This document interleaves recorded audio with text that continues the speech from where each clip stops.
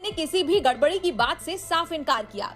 साथ ही कहा कि ये जो पूरी कहानी है ये कोचिंग इंस्टीट्यूट्स द्वारा गढ़ी गई है, जिन्होंने उम्मीदवारों से CBT 2 यानी अगले स्टेज की प्रिपरेशन के लिए पैसा तो ले लिया, लेकिन जो उम्मीदवार CBT 1 में पास नहीं हुए उन्हें वो कोचिंग वाले अब समझाने में असमर्थ हैं।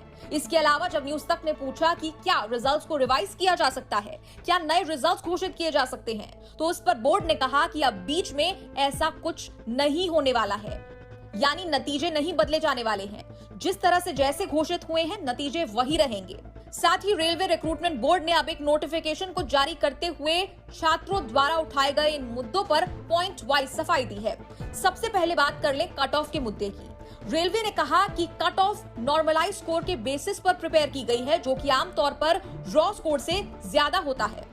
बोर्ड ने आगे कहा कि कट ऑफ उस लेवल या पोस्ट पर निकाली गई नंबर ऑफ वैकेंसी पर डिपेंड करती है। चूंकि लगभग 35,000 रिक्तियों में से 10+2 उम्मीदवारों के लिए 21 RRB में लगभग 10,500 रिक्तियां नोटिफाई की गई हैं, जहां ग्रेजुएट उम्मीदवार एलिजिबल हैं, वहां 10+2 के लिए कट ऑफ सामान्य स्कोर के आधार पर ग्रेजुएट उम्मीदवारों की तुलना में ज्यादा रहा है। अब दूसरे पॉइंट पर सफाई। कुछ उम्मीदवारों को एक से ज्यादा लेवल्स पर एलिजिबल माना गया है और शॉर्टलिस्ट किया गया है। रेलवे ने इस पर कहा कि चूंकि प्रत्येक स्तर पर अलग अलग कठिनाई ग्रेड के साथ दूसरे चरण की CBT परीक्षा होगी, एक उम्मीदवार जिसे उच्च स्तर के पद के लिए शॉर्टलिस्ट किया गया है उसे निचले स्तर के CBT में उपस्थित होने से वंचित नहीं किया जा सकता है अगर उम्मीदवार योग्यता में आ रहा है।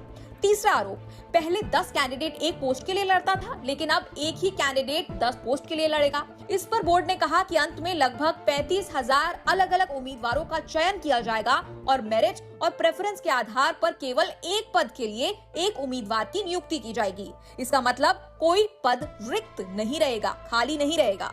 चौथा आरोप, RRB ने नोटिफाइड वैकेंसीज के केवल 4 से 5 गुना उम्मीदवारों को ही शॉर्टलिस्ट किया है। इस पर सफाई देते हुए यहां बोर्ड ने अपनी बताई गई नोटिफिकेशन के पैरा 13 का हवाला देते हुए कहा कि ये शॉर्ट लिस्टिंग नोटिफाइड वैकेंसी के 20 गुना की दर से लेवल पोस्ट वाइज किया गया है, जैसे कि अधिसूचना के पैरा 13 में डिटेल रूप से लिखा गया।